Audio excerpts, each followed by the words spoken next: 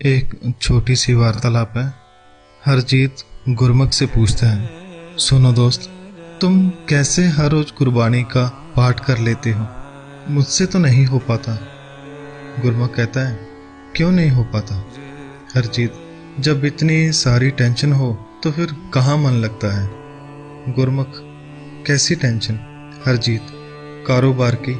इतना काम करता हूँ फिर भी उतना नहीं आता जितना सोचता हूँ। फिर घर की टेंशन, बच्चों का तो पूछो ही मत। अब तुम ही बताओ, इतनी टेंशन में कैसे पाठ कर सकता हूँ? गुरमुख, अगर गुरबानी को रोज पढ़ो तो हो सकता है तुम्हारी टेंशन से तुम्हारे दिल को कुछ पल सुकून मिले।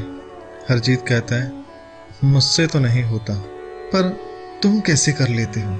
इस महंगाई के दौर में कैसे टाइम निकाल लेते हो? गुरमुख कहता है, हरजीत, इस दौर में प्रॉब्लम किसे नहीं है? किसका घर आज की तारीख में स्वर्ग जैसा है? पर शुक्र है मेरे पास गुरु महाराज श्री गुरु ग्रंथ साहिब जी हैं। कितनी भी मुश्किल क्यों ना आए, मैं गुरबानी पढ़ना नहीं छोड़ता, क्योंकि मेरे लिए मुश्किल बड़ी नहीं है, मेरे लिए गुरबानी बड़ी है, जो हर मुश्किल को आसान कर देती है। मुश्किलों से कैसे गुजरना है, इसका जवाब भी तो गुरबानी ही है। और जानते हो, जब ज़्यादा मुसीबत में होता हूँ तो गुरबानी पढ़ने के बाद ऐसा लगता है जैसे मैं हल्का हो गया हूँ, जैसे तकलीफ़ों का बोझ किसी ने मेरे सिर से उतार दिया हो।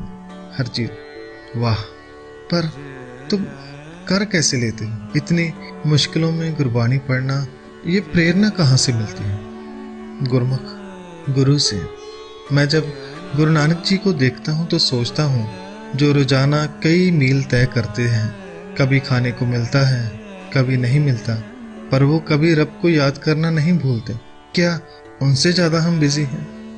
नहीं, हमारे पास तो बहुत टाइम है। जब मैं गुरु अर्जन साहब जी को देखता हूँ, जिन्हें तपती तवी पर बिठाया गया, पर वह वहाँ भी गुरबानी पढ़ना नहीं भूलते। जब वो इतनी मुश्किल घड़ी में गुरबानी पढ़नी नहीं भूलते, तो हम क्यों भूलें? हाँ, जब इससे ज़्यादा बड़ी मुसीबत आए तो शायद मैं किसी दिन सोचूं कि अब मैं पाठ नहीं कर सकता। हरजीत चुप था। गुरमुख, जानते हो, जब गुरु गोबिंद सिंह जी का पूरा परिवार सरसा नदी के किनारे बैठा था, बिछुड़ने के कुछ पल पहले की बात है। वो गुरु जिसका घर भी छिन गया था, जिसके पीछे दुश्मनों की फौज थी, मगर वो कह रहे थे कि ऐ गुरु के सिखों, मुझे गुरबानी कीर्तन सुनाओ, यह उस मालिक को याद करने का वक्त है। सब सिख हैरान थे, मगर वहाँ कीर्तन हुआ। जब गुरु जी इतनी मुश्किल घड़ी में गुरबानी को पढ़ना सुनना नहीं भूलते, तो हम क्यों भूल जाते हैं? सुनो हरजीत, मेरे ऊपर कोई इतनी बड़ी मुसीबत नहीं है जिसके लिए मैं गुरबानी को पढ़ना छोड़ दूं। मुसीबतें आती जाती रहती हैं, सुख दुख आते रहते हैं, यही जिंदगी है।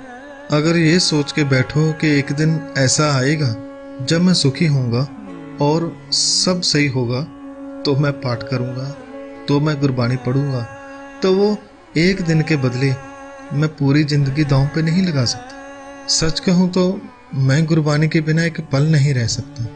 जब गुरु साथ है तो मुझे कोई भी मुसीबत नहीं लगती, एक सबक लगती है, एक चुनौती लगती है, जिसको हल करने में प्रसन्नता होती है, क्योंकि मैं कुछ नया सीख रहा हूँ। हरजीत ने कहा, दोस्त, मैं भी आज से गुरबानी पढ़ना नहीं छोड़ूंगा।